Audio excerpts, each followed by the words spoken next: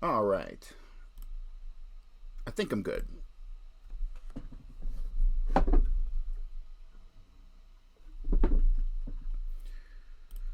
All right, so we're back to the Kerry Thornley files, part 5.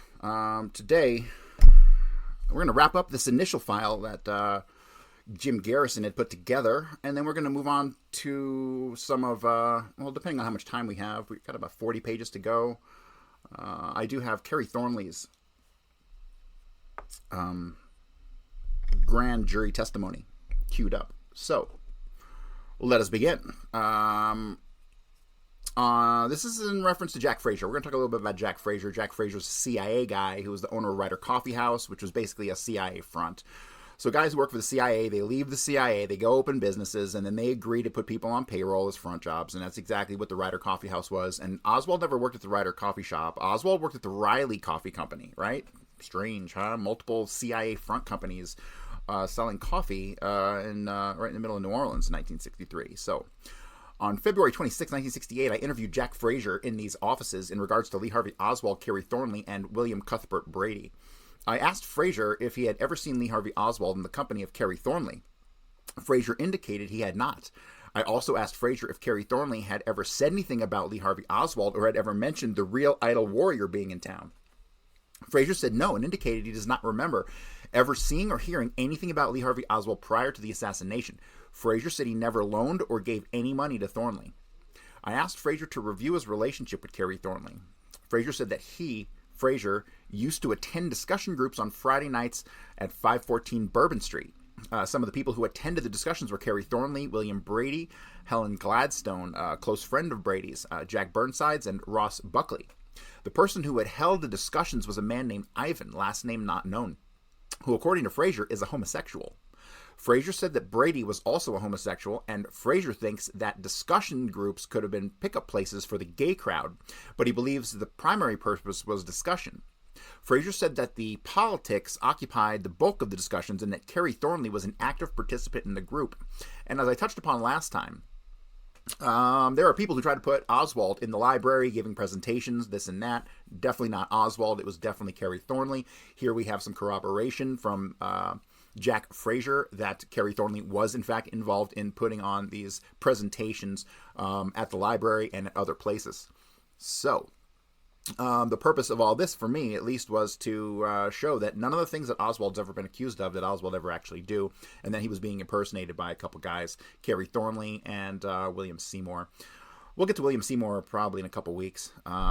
Fucking fascinating guy. Fascinating guy.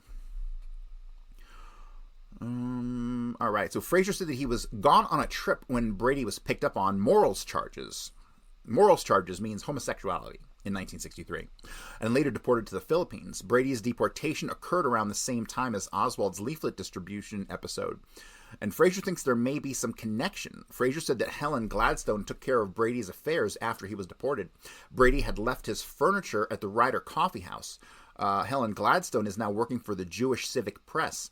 Frazier said, I think Brady was deported because the CIA wanted him out of town. Brady and Ross Buckley, the founders of Citizens for Free Cuba, used to hold press conferences and release statements denouncing President Kennedy for his Cuban policy. Jack Burnsides, a photographer now working at the Caverns, 801 Bourbon Street, and may be able to give this office some additional information on Thornley and Oswald. Frazier said that Burnsides is not gay, and he knew Thornley, quote, quite well. According to Frazier and Arnold K. Eklund, 2408 Dauphine Street, used to also have discussion groups similar to Ivan's. Eklund, who is retired, supposedly knows Burnsides. Frazier said that Barbara Reed also knows Burnsides. I contacted Barbara Reed, and she said that I could locate Burnsides by talking with Jack. Talking with a Jack Working, employee of Siler's bookstore. God, there's a lot of Jacks in this fucking thing. Working supplied me with the Bourbon Street address for Burnsides. Frazier also mentioned a man named Bernie Goldsmith, who was supposed to have made a statement that he saw Lee Harvey Oswald and Kerry Thornley together, or Thornley had mentioned that Oswald was in town. Goldsmith knows William Brady very well and now works at Tulane University. So that's kind of important. So let me go ahead and snap that.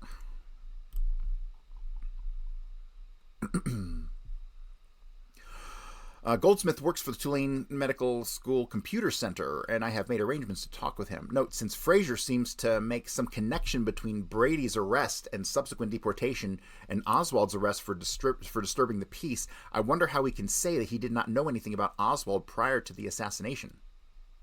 That's a really good question.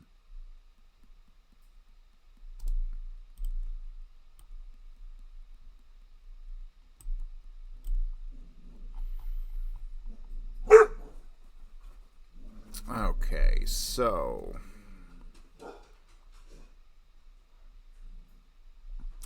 some of this I already went over the other day, so I'm going to skip a lot of this. This stuff here with Mr. Guariso was related to Lee Harvey Oswald's alleged meeting with Jack Ruby down in New Orleans, but it was Kerry Thornley. They arrived together, they sat together, and then they left. And that's what all this stuff here is about. Here it says, check out KT as alternative Lee Oswald. You see, Garrison knew that Lee Oswald was being impersonated by Kerry Thornley. So, let me get past all of this stuff.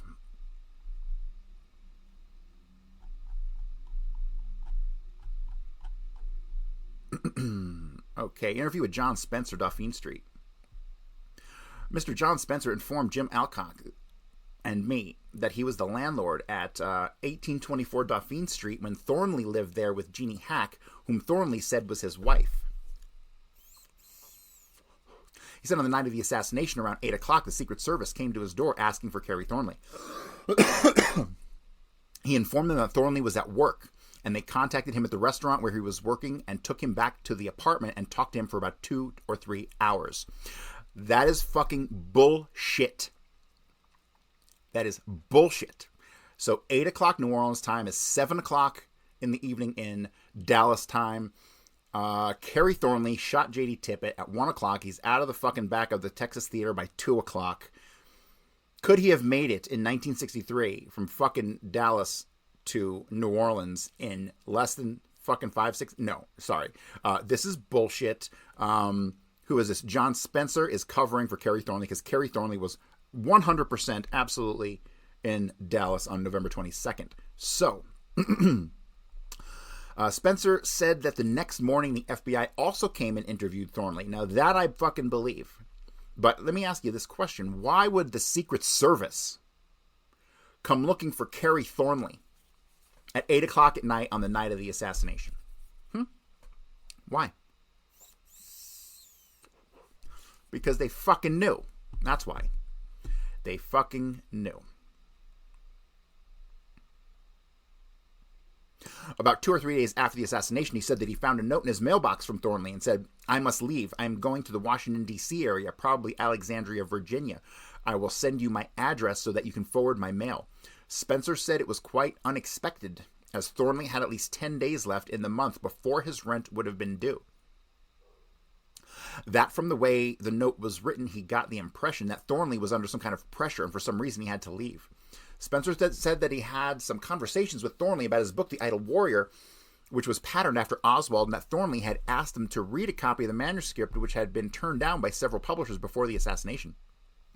Spencer said that he never did get around to reading the manuscript. He said that after the note went to Thornley's apartment, which was apartment C, and every bit of paper in the apartment was torn up into little bitty pieces resembling confetti, Thornley had even watered down the paper so that the ink was blurred, preventing anyone from reading any part of it.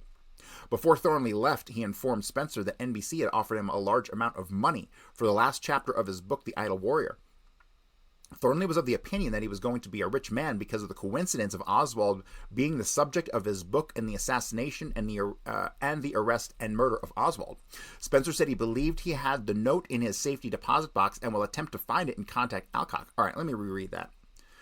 Thornley was of the opinion that he was going to be a rich man because of the coincidence of Oswald being the subject of his book and the assassination and the arrest and murder of Oswald. Spencer said he believed he had the note in his safety deposit box and will attempt to find it and contact me or Alcock. Okay, interesting.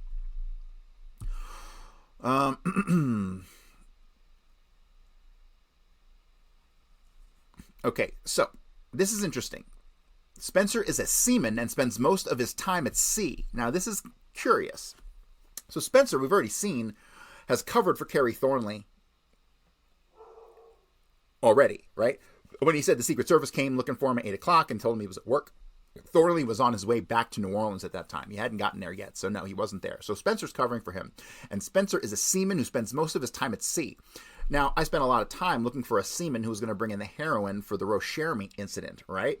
And I kind of pegged it on Andrew Jerome Blackman, because Andrew Blackman is a seaman who was out at sea at the time of the assassination, allegedly, but I was able to track his boat, the Mataranga, to Galveston Harbor and blah, blah, blah. So, however, just the other day, I caught a contradiction in that assumption, and so I'm kind of looking to further see if I made a mistake in identifying Blackman as the seaman. I don't think I did. I think I'm correct on that. Perhaps there's some obfuscation over the dates that he was in Galveston Harbor, but Spencer's a seaman also, and he covered for Kerry Thornley.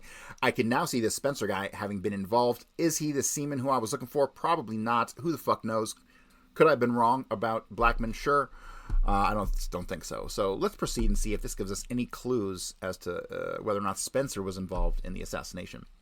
So Spencer's a seaman, spends most of his time at sea. He says that from the best that he can remember, Thornley only lived in the apartment for about 2 months, and that he seemed to believe that Thornley was taking a part-time course at Tulane University. Spencer said, although Thornley and Jean appeared to be beatniks, Thornley was a very intelligent person and he believes could speak several languages. And the note here says, Thornley speaks or then spoke fluent Spanish, probably one of the reasons for his assignment to the Bannister operation in 61 prior to the Bay of Pigs. Yes, there you go. So Garrison put 2 and 2 together that because Thornley spoke Spanish, he would be a good fit for the Bannister operation, right? So we now have confirmation that Thornley was working at a Guy Bannister's office, right? So what are the fucking odds that Lee Harvey Oswald and a guy who looks virtually identical to him were both working out of fucking Bannister's office? Slim to fucking none, okay? Oswald never stepped foot in Bannister's office. It's complete bullshit. Thornley set him up from there. And this is super important. Let me fucking snapshot this. Really, I just need that quote, but I'll take the whole thing anyway. Spencer said Thornley told him that he had a degree in journalism. Spencer said that about 2 weeks before the assassination, Thornley and Jeannie had an argument and split up. Thornley changed the locks on the door, but Jeannie broke the glass and got in and stole some of his property, such as a tape recorder, typewriter, etc. Spencer said that he and Thornley had several conversations together and that they had something in common due to the fact that Spencer's mother was also a writer. Spencer said that Thornley never expressed any feelings one way or the other about President Kennedy. Spencer said that he had never seen Lee Harvey Oswald with Thornley or Jean. Spencer said that he was very upset by the assassination as the Kennedys brought their Palm Beach house from his mother and that they always felt they somehow knew the Kennedys. Spencer said that he was very upset by the assassination as the Kennedys bought their Palm Beach house from his mother. That's interesting. Irrelevant, but interesting. However, he said that to his knowledge, Shaw had never met Thornley, and when Shaw was at his property, Thornley was not living there at the time.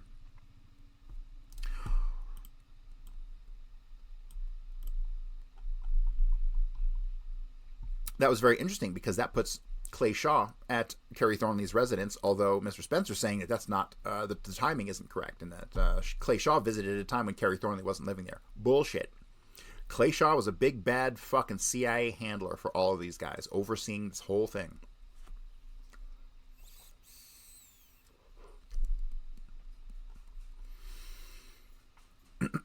All right. For some reason, we're back to Morgan City, Louisiana, and the incident involving Kerry Thornley and Jack Ruby. So, I went over this last time. I don't feel like going over it again, so let me skip past all this shit. I don't know why they did this sometimes. They did double and triple copies of things inside of these fucking files. All right, what is this?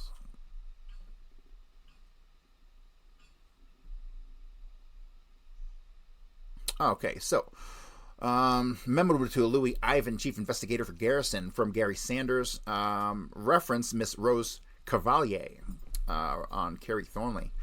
On Friday, March 1st, 1968, I contacted Miss Rose Cavalier on the instructions of Assistant District Attorney Andrew Scambria. Miss Cavalier seemed quite nervous and reluctant to talk to me. Miss Cavalier explained that she knew the Oswalds had lived around the corner on Magazine Street and that Mrs. Oswald used to walk her baby in the neighborhood. Mrs. Cavalier said that sometimes a man who she thought was Lee Harvey Oswald used to accompany her on her walks. Booyah! Because this is where we start to get into the information that demonstrates that Kerry Thornley was hanging out with fucking Marina, which is exactly what was happening. And I got tipped off to by the multiple sightings of Oswald with a pregnant woman and a baby when he's driving a fucking car, and Oswald never drove. So Miss Cavalier said that sometimes the couple would return from their walk carrying what looked like grocery bags. The most logical route to the Winn-Dixie store in the neighborhood is Upper Line Street. Miss Cavalier said that she saw Mrs. Oswald about 5 times but never spoke with her. This is great here. This is phenomenal. Check this out.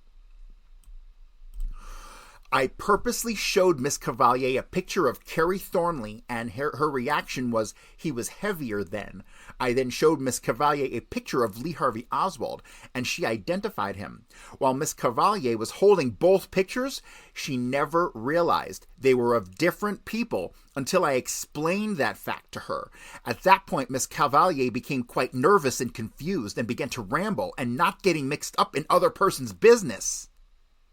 I asked Miss Cavalier if it was possible for her to see into the fenced-in backyard of 4907 Magazine Street. Miss Cavalier explained that there was a building blocking the view. I thanked Miss Cavalier for her time and excused myself. Note, I do not know why Miss Cavalier identified Thornley's picture in the first place, but from watching her, I believe that Miss Cavalier may have an eyesight problem, although she told me she did not wear eyeglasses. Aha! So Mr. Gary Sanders here is unsure as to why she's identifying the picture of Thornley when allegedly she didn't know Thornley, right? So, yeah. All that is doing is showing Mr. Gary Sanders' doubt of the incident.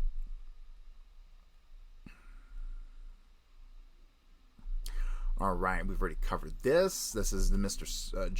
Jack Spencer.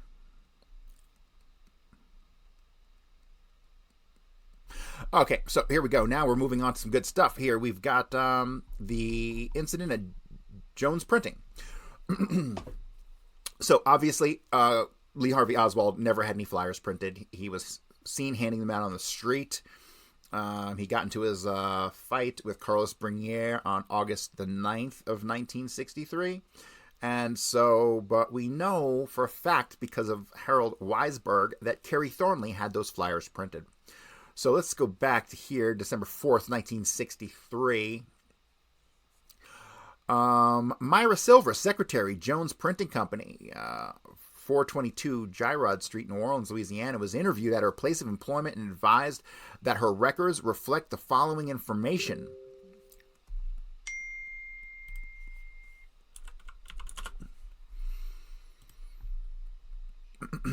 She stated that on May the 29th,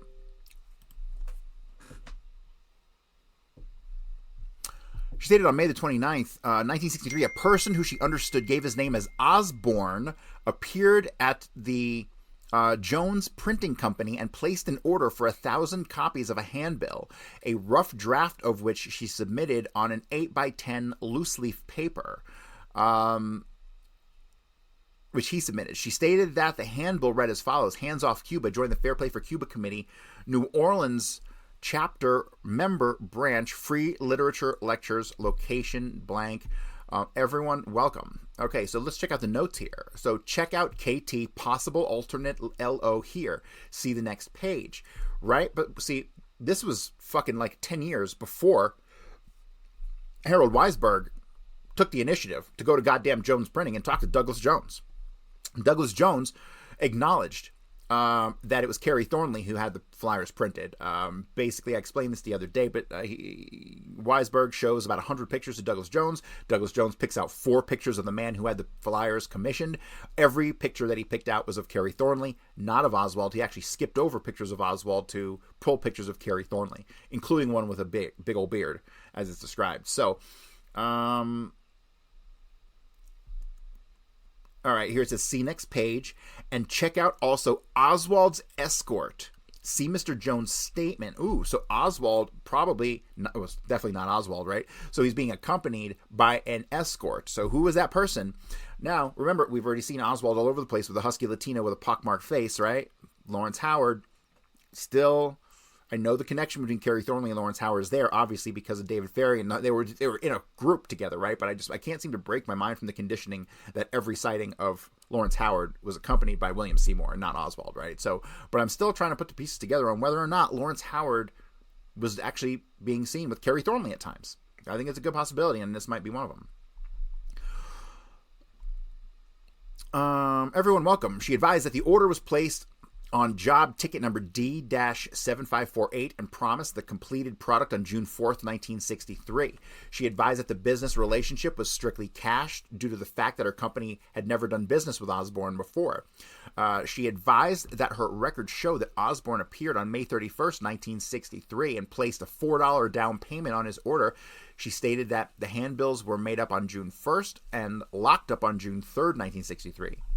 She advised that Osborne probably appeared on June 4th, 1963, picked up his handbills, and paid the balance of $589 in cash. The total cost for the handbills was $999.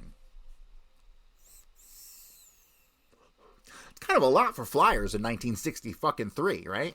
Jesus. Mrs. Silver was shown a photograph of Lee Harvey Oswald, at which time she stated she could not recognize the person represented in the picture as the person who placed the order for the handbills.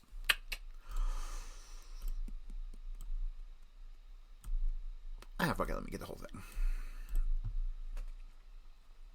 Myra Silver furnished the following items to S.A. McCarthy. 1. Original rough draft layout for the above-mentioned handbills. Holy shit. So, fucking Garrison had the original rough draft layout for the above-mentioned handbills, which was hand-fucking drawn on loose-leaf paper. Okay, I've never seen that. Never seen that. That's an easy one to do a fucking handwriting comparison on to Kerry Thornley. Oh, let me fucking snap. I'm gonna double snapshot this shit. You know shit's good when you double snapshot it.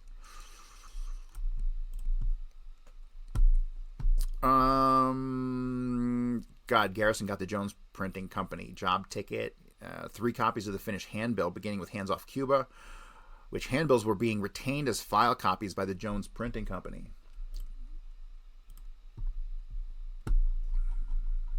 Oh, that's good stuff.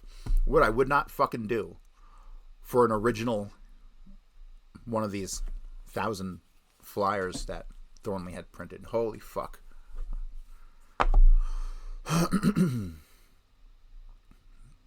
All right, so interview at the Mexican consulate in New Orleans. All right, here we go. Again, Mexican consulate in New Orleans. Why is this relevant? This is relevant because this is going to connect to Oswald's trip to Mexico City, right? But we already know Kerry Thornley was in fucking Mexico City in September of 63. What are the odds of Kerry Thornley and Lee Harvey Oswald being in Mexico City in 1963? Motherfucking slim to none. I'll tell you that much. So, Garrison knew that Oswald never went to Mexico City. He knew that it was Kerry Thornley the whole fucking time. Today I went to the Mexican consulate together with Gary Sanders, and we interviewed Ruben Gaxiola, the blank consul general, and Teresa, I'm not even going to try that one, who was employed as a clerk. According to Mrs. Farrington, the Oswald visit took place at the Mexican consulate located in the Whitney Bank building. During 1963, the consulate was in fact located at the Whitney Bank at St. Charles and Gravier toward the middle of 1965. According to the consul general, the office was moved to the Trade Mart, the CIA-run Trade Mart, where it is presently located. The consul general during 1963 was Rais Spindola. Okay, let me stop right here. So right here in 1960 it was after 63. It had to have been 64 or 65. And we'll get to this, but there was a fire in the fucking consulate, right? And they moved it into the CIA-run Trade Mart building, all right? Okay, so what the fuck do you think of the odds that a CIA-run building and a Mexican consulate are not having backdoor, dealings with each other? Come on, give me a break. They probably did that to have the fucking Mexican embassy there in order, or the Mexican consulate there in order to provide the fucking CIA with unlimited fucking visas to Mexico City. I promise that's exactly what the fuck they were doing. During 1963, in order to secure a tourist visa, the applicant was required to submit proof of citizenship and pay $3 charge. Proof of citizenship is considered to be a birth certificate, army discharge, or even a notarized statement alleging that you are in fact a citizen. No picture is required. In order to secure a permit to bring a rifle into the country for hunting, one must pay $16, submit a photograph, and submit a letter from the local police department stating that you have no record. The hunting season in Mexico is from October 15th to March 31st. The tourist visa was valid for a period of 6 months. According to Miss Giroux, Oswald entered the office during September, and she is quite certain that it was before lunch. He approached Mrs. Guadalupe Ortega and stated that he wished to secure a tourist visa. Miss Ortega asked him for proof of citizenship and a record of smallpox vaccination. The man offered his birth certificate as proof of citizenship. This was accepted by Mrs. Ortega, who then handed the application to Mrs. whoever. Mrs. Whatever told the applicant to sign a form, which he did, and the tourist card was issued. Mrs. Ortega is presently in Mexico City, employed by the Ministry of Foreign Affairs. According to Mrs. Whatever, Mrs. Ortega was quite sure that the man who made the application was Lee Harvey Oswald based upon pictures that she saw of Oswald after the assassination. 1 or 2 weeks after the assassination, FBI agents visited the Mexican consulate. They requested permission to take the original tourist application with them, but such permission was denied. According to those presently employed at the consulate, even the consul general does not have permission to make such documents available, and that an official ruling would have been required from the Mexican government. Personnel at the office believe that the original application never left the office, but that a copy of it was made by FBI agents. This is significant, of course, in that handwriting analysis of a photocopy is much less valuable than analysis of an original document. Some experts even claim that an analysis of a photocopy is invalid. Read Kerry Thornley's statements of various Marine Service comrades of Lee Oswald. All right, what is this? Was in same branch with Oswald, also served with him at, looks like Kessler and Atsugi and El Toro. Holy shit. So this Daniel Patrick Powers. Ooh. Interesting. Daniel Patrick Powers from El Toro knew Lee Oswald. This is like food for thought for another book, right? I got a ton of these. I mean, I got fucking a list of 100, 200 people who seemingly pop in on the outskirts of the assassination who I can't link to the shooters directly in as far as like the actual mechanics of how the assassination went down. But it is fascinating. So you got this is a third person then who was basically shadowing Oswald, right? Because Oswald started off at El Toro, went to Atsugi, and then this castle. I think that might be the foreign language school, possibly. But Kerry Thornley was with him at all three of those places. For a third person to be in all three places that Oswald was is very fucking suspect. All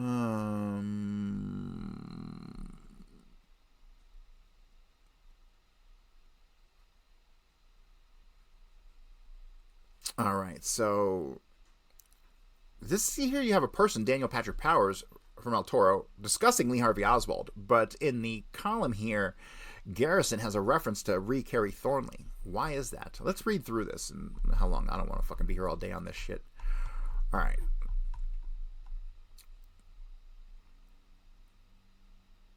All right, let's start here. Mr. Jenner, what about Oswald's drinking habits or propensities? Mr. Powers, I think that he probably maybe experienced inebriation, maybe possibly for his first time while he was in Japan extensively, at least. And other than that, I don't know. And a lot of the guys just went out and that's what they all went for, to get drunk, and that was it. I don't know. But you have no impression that Oswald in particular, in that particular connection. No, nothing. My actual association with him in Japan was limited to other than just seeing him in the barracks and saying, "Hi, Ozzy." Did he have any interest in the Russian language? Somewhere along the line, he was reading a Russian book or something. I'm not sure, again, whether it was written in Russian or whether it was in the American language. It pertained to the Russian philosophy, but there is something in my mind that I associate reading this type of literature. I think it was in Japan. I'm not sure, though. Mr. Jenner, do you have any impression of him studying the Russian language as such? Mr. Powers, I'm actually sitting down and studying it. No. Oh, in actually sitting down and studying it, no. In seeking to become familiar with the language, I would say no. No, that I do not, because I just don't have any real concrete recollections for the individual other than just brief glimpses? Were you still acquainted with him, still stationed with him when there arose an incident where he had an altercation with a non-commissioned officer? I'm not sure. It seems to me I was, but again, I'm not sure. It either came, I truthfully can't say, but there is something, again, maybe something that I read since then or since that all of this came out, something that I read there, but there is something in my mind that he had a fight with a non-commissioned officer of something of this nature. Mr. Jenner, that wasn't extraordinary. That would occur once in a while. Mr. Powers, yes. All of a sudden, a guy blows up and swings at somebody, and right away it's a fight.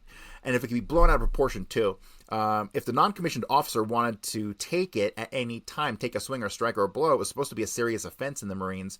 Well, is it or not? I don't know. By this time, were you a sergeant? I believe I made sergeant right before I came home, or I think it was a week or two right before I came home. I was a sergeant before I left to come home, I believe. Mr. Jenner, still at this time, Oswald continued to have the reputation that he was not an aggressive person. No, I don't think. I think he came out of his shell, to coin a phrase. He was becoming older and more mature, and he stood a little more for his personal rights. At least this is an opinion that you get from the incident that he did have there in the barracks, not from close relationships with him. Did you have a recollection that in Japan he began to stand up for his own rights? Yes. He was a little more aggressive than he was back in the States? Mr. Powers, yes. Again, this might go back to the area that he was too scared the first year or so, 9 months while he was in the Marines after coming out of the initial indoctrination of coming out of training, and then he becomes himself, and so you can't make a subjective appraisal during the first 9 months. All right, so this is underlined, so let's fucking see what he has to say here. Did he ever express any sympathy towards the Communist Party? None that I recall. Towards communist principles? None that I recall. Other Marxist doctrines? None that I recall. No, sir. Or did he ever discuss these subjects with you in your presence? I'm not sure. He didn't discuss them to any great length or to any issues that I would recall. Nothing to excite you. Nothing that I would attach any political significance to. And what was his attitude towards discipline in the Marine Corps? Was it antagonistic? Was it different in any degree from other Marines? No, I don't think it was. I think he was like any other Marine, and he made his bed, and now he was going to have to lie in it. He volunteered. A lot of complaining. Hold on a second. Why did Garrison underline this? And what was his attitude toward discipline in the Marine Corps? Was it antagonistic? Was it different from, say, different from any degree from other Marines? Mr. Powers, no, I don't think it was. I think he was like any other Marine, and that he made his bed and now he was going to lie in it. He volunteered. I don't understand why that's underlined. A lot of complaining, just as anyone else did, but nothing that you could ever say was any different than any other individual. However, he, again, going back to the incident that he did have, he was somewhat, if you want to call it, hostile, so to speak, to authority. He must have been, or he had something that would bother him, that he would flare up once in a while. He would? Well, excuse me, can you give me an incident? Well, just going back, that would express an opinion? Well, in Japan or something, possibly in the barracks, I recall, or like in Biloxi. He had some scuffles. I said he was coming out of his shell and showing more aggressiveness, but I wouldn't say that this guy is a troublemaker. I would say that the opinion of him would be that you couldn't depend on him in a situation, that you could give him the responsibility, but then you couldn't really say that he would accept it, but you could be sure with other individuals you knew that they would accept it. But I don't think that he did this only because he wasn't sure of himself. I think if you did give him authority and he realized what the position of authority was, that he would accept it and he would probably pride himself in it. But at least during this period of time, he hadn't reached the stage of dependability that you men of higher rank would rely on. Well, I wasn't in a position to delegate authority to him, but again I say this is a personal opinion. Did in any conversation that you had with him, or any conversations in your presence which he wasn't present in, was there anything mentioned about his being in Chicago? No. Or Milwaukee? I cannot say, I don't recall. Or did he ever mention someone by the name of Ruby, Jack Ruby, Rubenstein, or Jack Rubenstein? No, sir. Not to the best of my knowledge. I never heard I never heard that name associated with him. All right, so let's back up a little bit.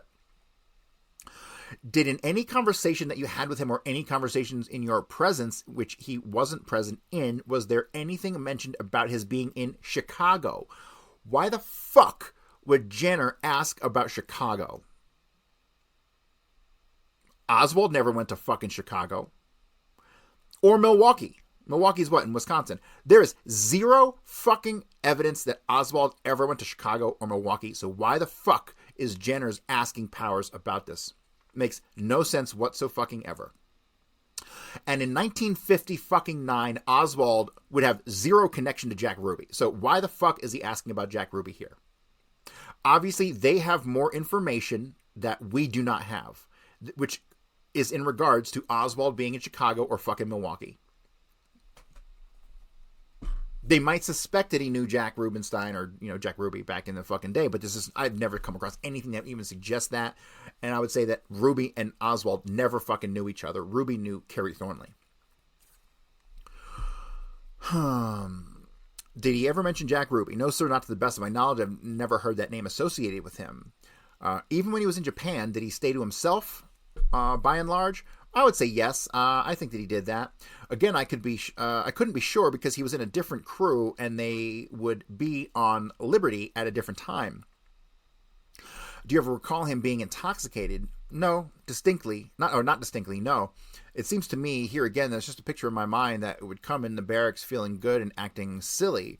So whether you would associate intoxication with it, did he ever get into any fights while you were over in Japan? Oh, he probably did. Probably no more than any other individual in close relationship with the people that you are there with. Mr. Jenner, did you ever talk about General Robert E. Lee or any possible relationship that you've had in a distant past or association by name? Or it seems to me that he was quite proud of Lee. And let me see, does it continue? No, and it ends right there. I fucking hate it when they do that.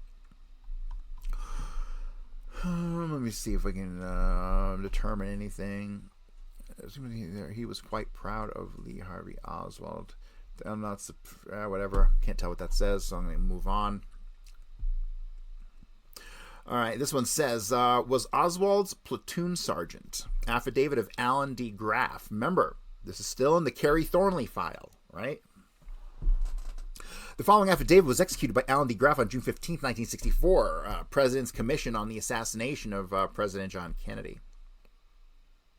Alan D. Graff, address in Buffalo, New York, being sworn, blah, blah, blah, that I served in the United States Marine Corps. From 1948 to 1961, while stationed in California, I was Lee Harvey Oswald's platoon sergeant. The first sentence is cut off. Oswald often complained something. All military authority. He also seemed narrow-minded, refused to listen to the views of others. Once at the rifle range, I had a long discussion with Oswald concerning why he found it difficult to adapt to the Marine Corps. He explained that his mother had a great deal of trouble during the Depression and that when he was young, he had often not had enough to eat. He felt that he had been forced to accept responsibility at a premature age. He remarked that he was tired of being kicked around. Oswald never gave me any indication of favoring communism or opposing capitalism. It was difficult to judge the level of Oswald's intelligence because he seldom stated his opinion. However, with regard to his job in the Marine Corps, Oswald learned quickly. Oswald went to a great many movies and did not often engage in sports. It is my recollection that Oswald enjoyed firing a rifle and scored in the high expert range. It's interesting, right? Because Oswald allegedly had Maggie's drawers. Oswald did not drink excessively and kept his temper, if indeed he had a temper, in check. I have no recollection of Oswald studying foreign languages, of where he went when he had his off time, or his reading habits, or religious beliefs, or any nicknames for him, nor do I remember his having any dates signed this 15th day of June, blah, blah, blah. Okay, so the guy who was fucking Oswald's, what is he, some sort of platoon sergeant, he doesn't remember Oswald talking about communism or none of that shit at all. He just remembered that he didn't like being in the Marines because he was pushed around a lot. And yeah, if you were recruited into fucking intelligence at the age of 12 years old and told what to do your whole fucking life until they killed you at the age of 24, I'd be a little goddamn upset too. All right. Affidavit of Mac Osborne. All right, so Mac Osborne. So I gotta fucking point something out here. So here we have a guy named Mac Osborne who was with Oswald in Santa Ana. This is obviously Marine Corps, right? Mac Osborne. Osborne was the name given by Kerry Thornley at the fucking Jones Printing, right? Okay. So later we'll have the alias of Alex Heidel, right? But Heidel, there was actually a John Heindel in the fucking Marines with Oswald also. I actually have a picture of him in the basement when Oswald gets shot, which is crazy and I can't explain it fucking at all, but he's there. So yes, it seems as though Kerry Thornley was fucking setting Oswald up and he was using names that were connected to Oswald through the fucking Marines, right? Strange. That means that Kerry Thornley, via handlers, had a lot more knowledge on Oswald probably than Oswald did. So this guy, Mac Osborne, shared a room with Oswald at Santa Ana. It says, I, Mac Osborne, 2816 43rd Street, Lubbock, Texas, being first duly sworn, depose and say that while I was in the United States Marine Corps, I served in the Marine Air Control Squadron 9 in Santa Ana, California with Lee Harvey Oswald. Prior to his discharge, I shared a room with him. Oswald was at the time studying Russian. He spent a great deal of his free time reading papers printed in Russian, which I believe he bought in Los Angeles with the aid of a Russian-English dictionary. I believe he also had some books written in Russian, although I do not remember their names. I once asked Oswald why he did not go out in the evening like other men. He replied that he was saving his money, making some statement to the effect that one day he would do something which would make him famous. What? Setting up the fucking... See, okay, here we go. Oswald obviously was a false defector, part of the AE Balcony program.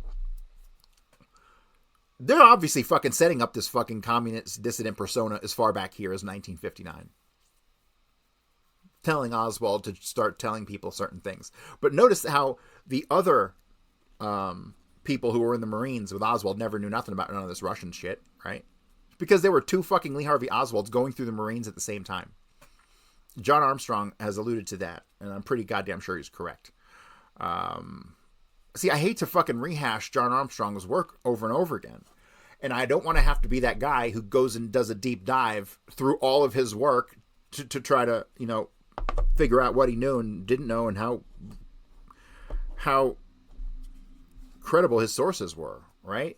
So John Armstrong has proven to me he knew what the fuck time it was. But still, the information that indicates that there were two Lee Harvey Oswalds post-1947, going all the way back to the time they were literally fucking like 12 years old, something like that. It's wild shit. All right, so let me continue here.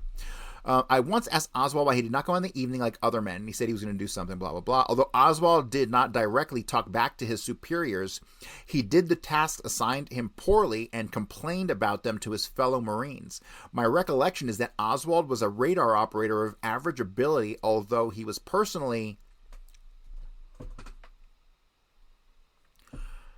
I can't read that, clean. He scored quite poorly on barracks inspections.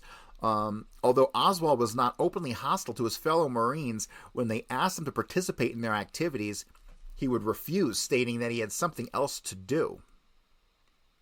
He thereby encouraged others to leave him alone. Oswald drank only in clubs located on the post. He explained to me that he did not drink off the post while he was stationed in Japan. He had been court-martialed for hitting a sergeant with a beer bottle. I do not recall his having any fights while at Santa Ana. However, I remember Oswald's telling me of a fight with a brig guard as well as of a fight with a sergeant in Japan. I do not recall Oswald studying either Spanish or German.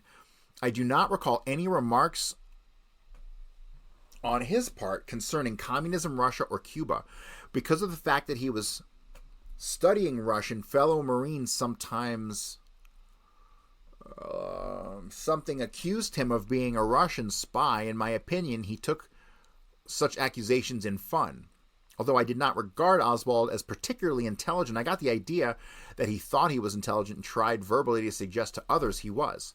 Oswald read a great deal, although I do not remember what sort of books he read. He also watched television and played chess. I have no recollection of any interest in music on his part, Although he would discuss religion with others, he was non-committal as to his own opinions. Oswald seldom, if ever, went out with women. I suspect that this was part of his program on saving money. He seldom left the post, although sometimes when I returned from weekends, he would tell me that he had been to Los Angeles, implying that he had simply gone to break the monotony. I do not recall Oswald having any nicknames. He was simply called Oswald, or by those who knew him, well, Lee Harvey. I have no recollection of Oswald's receiving any visitors. Signed this 18th day of May 64 by Mac Osborne. Interesting. What is this one? Remember, this is in the Kerry Thornley file. Remember, all this shit is in the Kerry Thornley file. Why is that?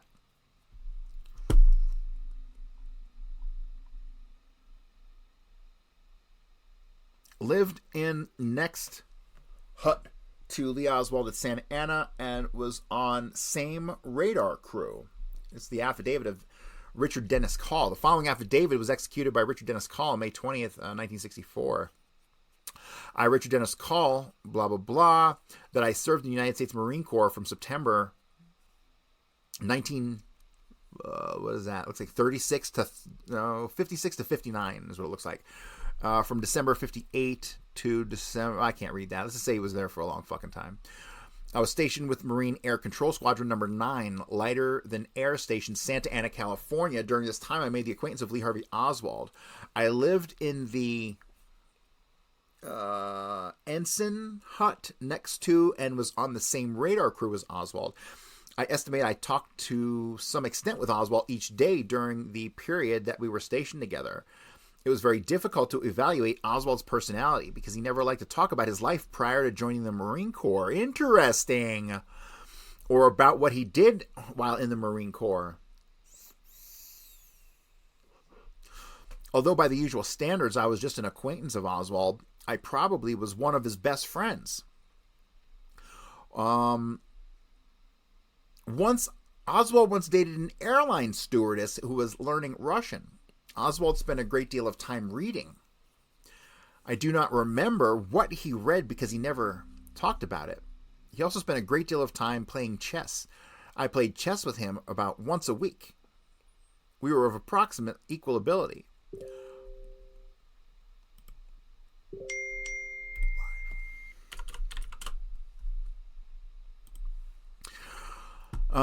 Although members of the unit had often discussed on foreign affairs, Oswald seldom, if ever, participated. During this time, Oswald was studying Russian. For this reason, many members of the unit kidded him about being a Russian spy.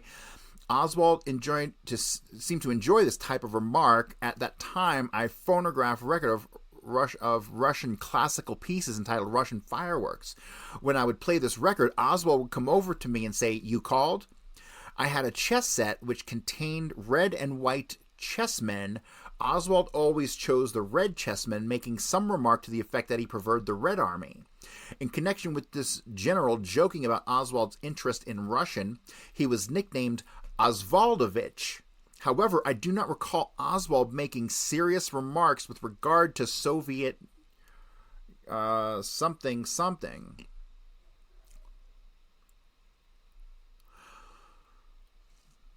On one occasion, Oswald remarked to me that he had been awarded a scholarship to the Albert Schweitzer University and that he planned to attend, remarking they taught English at Schweitzer. So the Schweitzer University thing that's interesting. This is interesting. So Oswald fucking gets out of the Marines because of a discharge to take care of his sick mother, right? That's the story. And then literally 3 days later, he dips to, where the fuck was it? Belgrade or I forget. The Albert Schweitzer College in Switzerland, right? So, but then he never makes it to the Albert Schweitzer College. That's when he ends up fucking going to Helsinki and then catching a fucking like a boat or something to goddamn Soviet Union, or a plane to Soviet Union, right? So It's interesting that he's talking about the Albert Schweitzer College while he was still in the fucking Marines. Like, God damn it. Okay, this just hit me. So if he's talking about the Albert Schweitzer fucking College while he's still in the Marines, which at the time in 1963 was the head of the Albert Schweitzer College was a former CIA guy. That's telling me this is almost fucking clear-cut proof that Oswald had been recruited by intelligence prior to him fucking being at meeting with this guy in the fucking Marines, right? Because it was no organic application to the Albert Schweitzer fucking college. Give me a break. Yeah, fascinating. Although I sometimes observed Oswald drinking in the enlisted men's club, I do not remember him ever being intoxicated. Oswald complained about the orders he was given, but no more than the average Marine. However, it was my opinion that the staff non-commissioned officers did not think Oswald was as capable. In my opinion, this attitude was the result of the fact that Oswald did not try to hide his lack of enthusiasm. God, what an interesting time period. I have no recollection of Oswald studying either Spanish or German. It was difficult to tell how intelligent Oswald was because of his refusal to communicate. It was clear, however, that Oswald wanted to be thought of as intelligent. Nelson Delgado was at this time devoutly religious, another Marine from California who at that time was interested in Zen Buddhism, had an idol of Buddha solely for the purpose of making Delgado angry. He succeeded in this attempt. Oswald enjoyed the successful attempt to anger Delgado. Oswald's reactions to everything were subdued and stoic. Oswald's hardship discharge came as a surprise to the members of the unit. We had not known of it long in advance. I have no recollection of Oswald receiving any visitors. Signed this 20th of May, 64. Interesting. Here we go. John Rene Heindel. Heindel, remember, fucking Oswald allegedly used the alias of Heidel, right? Which he didn't. That was all fucking set up for him. I have a feeling that name was picked by Kerry Thornley because of the relationship to John Heindel here. So let's go ahead and go through this. The following affidavit was executed by John Rene Heindel. Oh, and let me remind you, I do believe that fucking John Rene Heindel was in the basement of the police station when Oswald was actually shot. Like, clear as day, a picture of him. Unbelievable. Maybe I'll show that tomorrow or next day. That I served in the United States Marine Corps from July 15th, 57 until July 15th, 1961. I was stationed at Atsugi, Japan with Lee Harvey Oswald. I recall that Oswald was often in trouble for failure to adhere to rules and regulations and gave the impression of disliking any kind of authority. While in the Marine Corps, I was often referred to as Heidel, pronouncing it as to rhyme with Rydell rather than Fidel.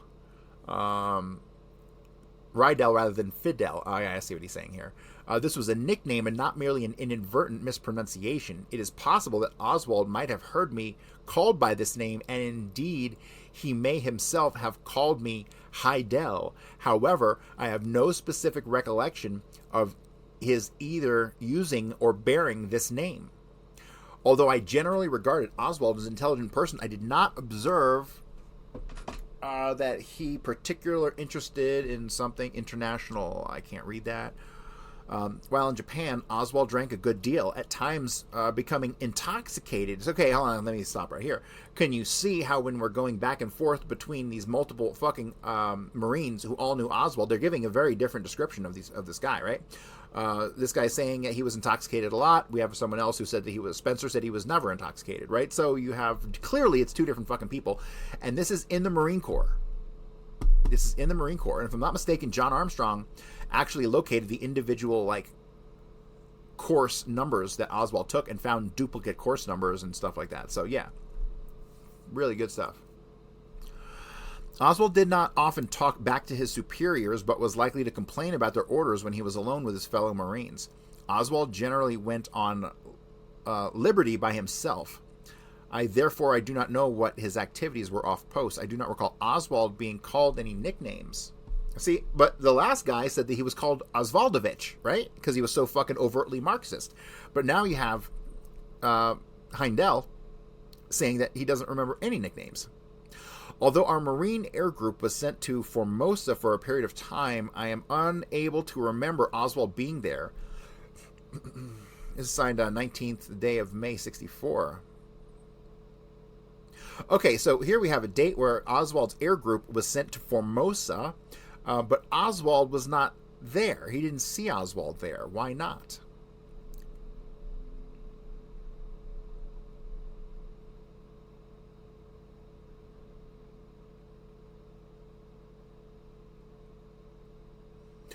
Affidavit of Henry Roussel Jr. Henry Roussel Jr., blah, blah, blah, from Louisiana. That while in the United States Marine Corps, I served for approximately 3 or 4 months with Lee Harvey Oswald in MACS 9 in Santa Ana, California. On one occasion, I arranged a date for Oswald with my, did that say my aunt? With my aunt, Rosaline Quinn, an airline stewardess who, because she was interested in working for American Embassy in Russia, had taken a leave from her job in order to study Russian. Interesting. I arranged the date because I knew Oswald's study of the Russian language. I also arranged a date for my aunt with, again, he's pimping his fucking aunt out everywhere, with Lieutenant Johnny Donovan. I am under the impression that prior to studying Russian, Oswald had studied German. Oh, really? There's no indication of that anywhere. And actually, if you recall, motherfucking Garrison said previously that there was no information regarding Oswald having studied German. My recollection, let me see here. What does it say? I recall no serious political remarks on the part of Oswald. On occasion, however, Oswald, when addressing other Marines, was referred to them as comrade. It seemed to me, and as far as I know, my fellow Marines, that Oswald used this term in fun. Okay.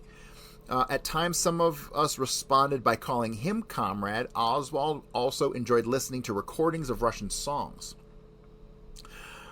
My recollection of Oswald to the effect that he was personally quite neat. Personally quite neat. Very important. And that he stayed to himself. Oswald complained about orders that he was given, but no more than the average Marine. I regarded Oswald as quite intelligent in view of the fact that he had taught himself 2 foreign languages. I do not recall Oswald having studied any dates other than the one which I arranged for him with my aunt. I do not remember Oswald's getting into any fights. I have no recollection concerning Oswald's reading habits, religious beliefs, or trips of the past. I do not remember his reading a Russian newspaper and do not recall having any nicknames. So, here we are, again, with people who knew Oswald for a long time, contradicting the statements of previous Marines who said that he went by Osvaldovich, right?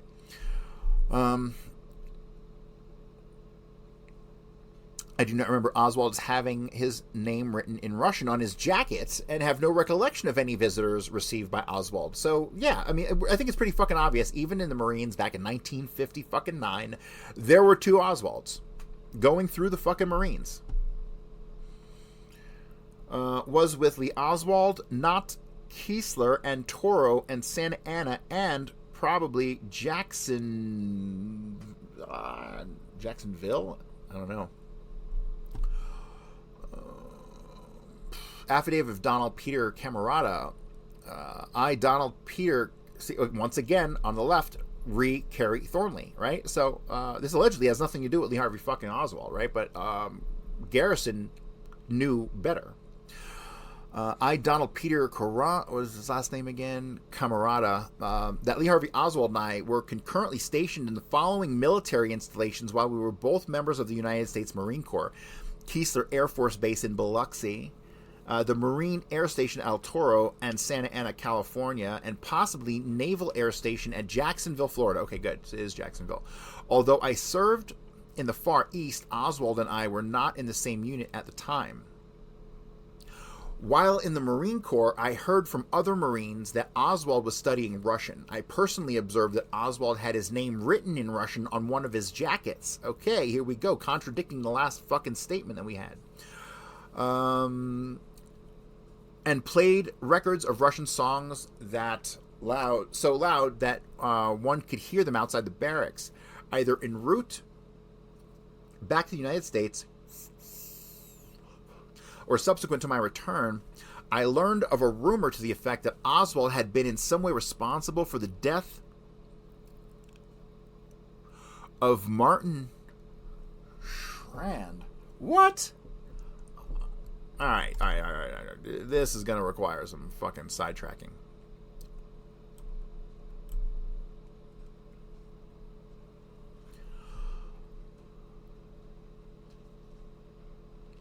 either en route back to the United States or subsequent to my return.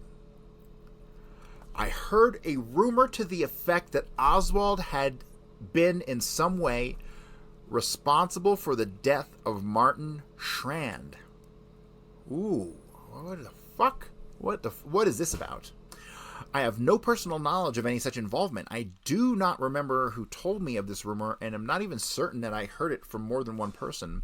Oswald seldom, if ever, left the post in the company of other Marines. I would not characterize Oswald as an extremely unfriendly person. He simply did not often choose to be with his fellow Marines off post.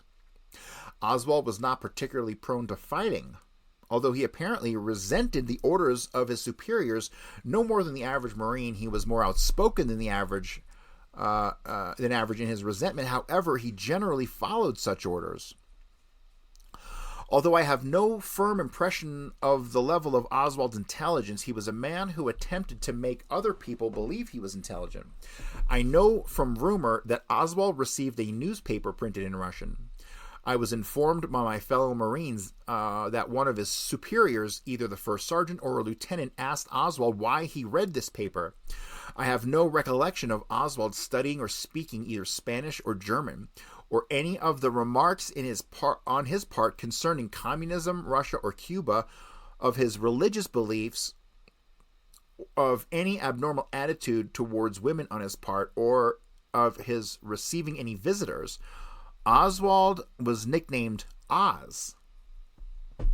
Okay, so there's so much confusion going on here. When you read these statements, it's clear that these motherfuckers are talking about a different person. So Oswald had the nickname of Oz, but we have other people saying that he had the nickname of Osvaldovich, right? Nelson Delgado. So Delgado was actually interviewed on TV a couple times. You can find those interviews on YouTube. Was stationed at Santa Ana with Oswald for 11 months. Also was in the same hut. Says on page 232, we got to know each other quite well. Let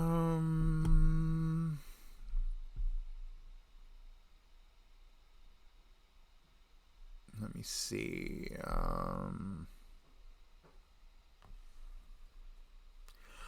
Okay, this is interesting. Mr. Lieber asks him, did you tell the FBI that Oswald was so proficient in Spanish that he would discuss his ideas on socialism in Spanish? No. You didn't tell them that? Delgado says no. Liebler says, you are absolutely sure of that? And Delgado says, no, he wouldn't argue with me. All those arguments on socialism and communism and our way of life and their way of life were held in English. He talked, but he couldn't hold his own. He would speak 3 or 4 words and then bring it out in English. But as far as basic conversation and debate, no. So some people are saying it. Okay.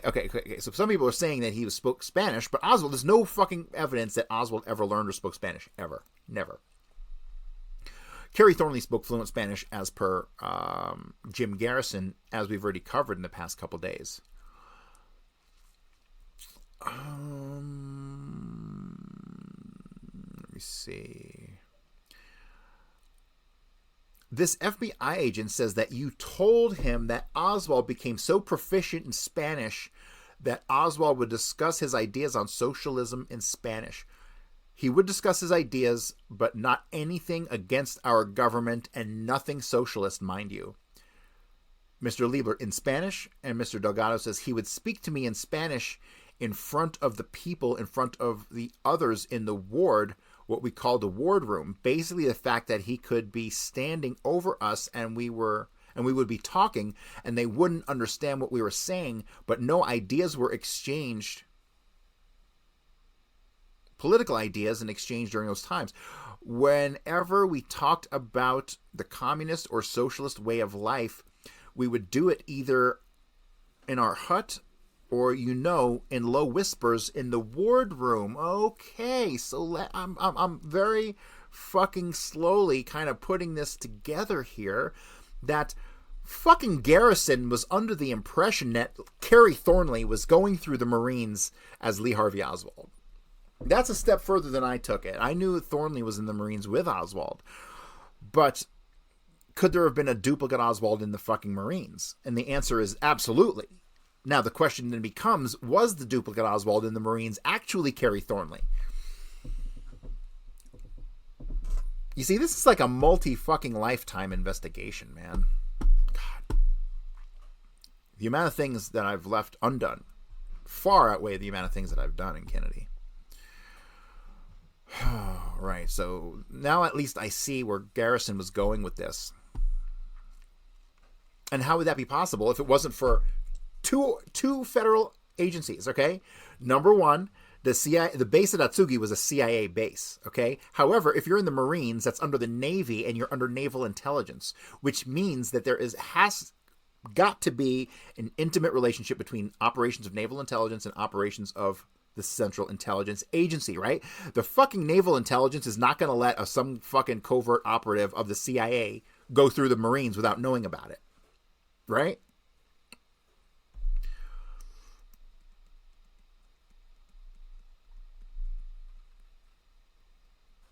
And then here, Delgado finishes saying, I have no recollection of Oswald studying either Spanish or German or any remarks on his person concerning communism, Russia, or Cuba. See? So very conflicting information coming from these people who were in the Marines with Oswald. Here's another one from Peter Francis Connor. He says, I've never heard Oswald make any anti-American or pro-communist statements. He claimed to be related to Robert E. Lee when he was characterized as the greatest man in history. Okay, gotcha. Oswald was in several fights, one of them with a Robert Demers. I have no recollections to how good a fighter he was. Oswald did not choose to associate with his fellow Marines, nor did they choose to associate with him. He often responded to the orders of his superiors with insolent remarks. I have no recollection on how much Oswald drank. All right, then we're back to the affidavit of Alan Graff, which I think we already covered. Now we're down to the last couple pages of Kerry Thornley's initial file in the Garrison papers. So here we are. Now we're back to Lee Harvey Oswald's visit to the Mexican consul in 1963. But let's just not even waste any fucking time. We already know that Kerry Thornley was in fucking Mexico City during September of 1963, right? Like 2 + 2 = 4. This wasn't even a far fucking stretch. Oswald never went to Mexico City. Kerry Thornley did. Here he worked for he interviewed, this is Garrison's people interviewing Mrs. Tejeda, or is this, yeah, this is not an FBI document. Ms. Tejeda worked for the Mexican consulate, blah, blah, blah. Okay, this is in reference to going and getting the visa to travel to Mexico City, right? So, obviously it was Kerry Thornley, it wasn't Oswald, but you have to realize if he presented a birth certificate, that means that Kerry Thornley absolutely had Oswald's birth certificate. So, all right, so note, since Mr. Tejeda seems sure that Oswald was alone when he came into the consulate and there were no other people waiting, the date of Oswald's visit to the consulate may not be the September 18th, 1963 date that indicated in the statement of Mrs. Fenella Farrington.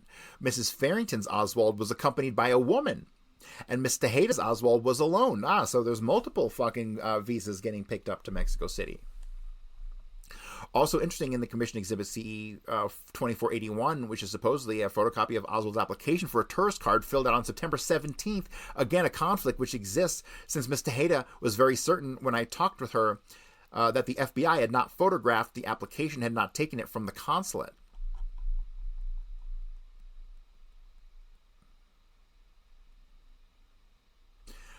There's a kicker here with the fucking consulate and this application, and I'm hoping to find it so I can tell you people about it.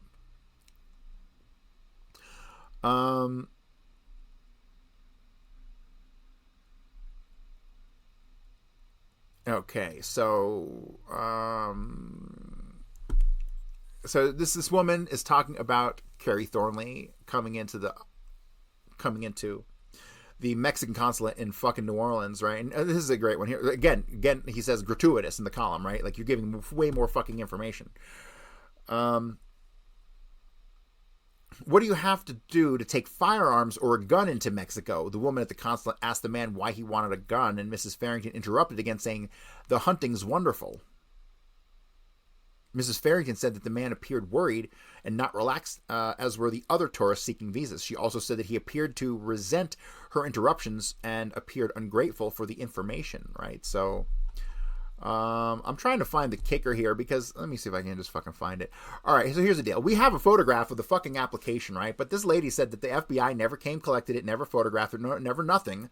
And then the fucking funny thing is that the reason that the fucking consulate moved into the Trade Mart in the first place was because it fucking burned to the ground. Okay, it burned to the ground, and every single goddamn piece of paper in the fucking consulate was destroyed. Okay, and so where the fuck is it? Maybe it's in a different document. And that's it. That's the last page. Okay, so yeah. So the funny thing is about this fucking application for the visa is that this woman, she tells fucking Garrison's people that the consulate burned to the fucking ground and that fucking application just disappeared into thin air. But it's kind of funny because we have a picture of it somewhere in the fucking files. So, but let me see. I don't even know how long I've been going today. A little more than an hour. All right. So I think I'm going to hold off on moving into the Kerry Thornley grand jury stuff until next time. I'm not going to have another broadcast until Friday, I don't think. I have a bunch of bookings this week, and so I'm going to knock those out. But I'll be back on Friday. What day is today? Wednesday? Yeah, I should be back on Friday with another show, taking tomorrow off. And that is going to do it for today. So I hope you had fun. Tune in on Friday. Sign up for Rockfin Premium or Kick to follow me. And that's about it. Thanks, guys. Have a good night.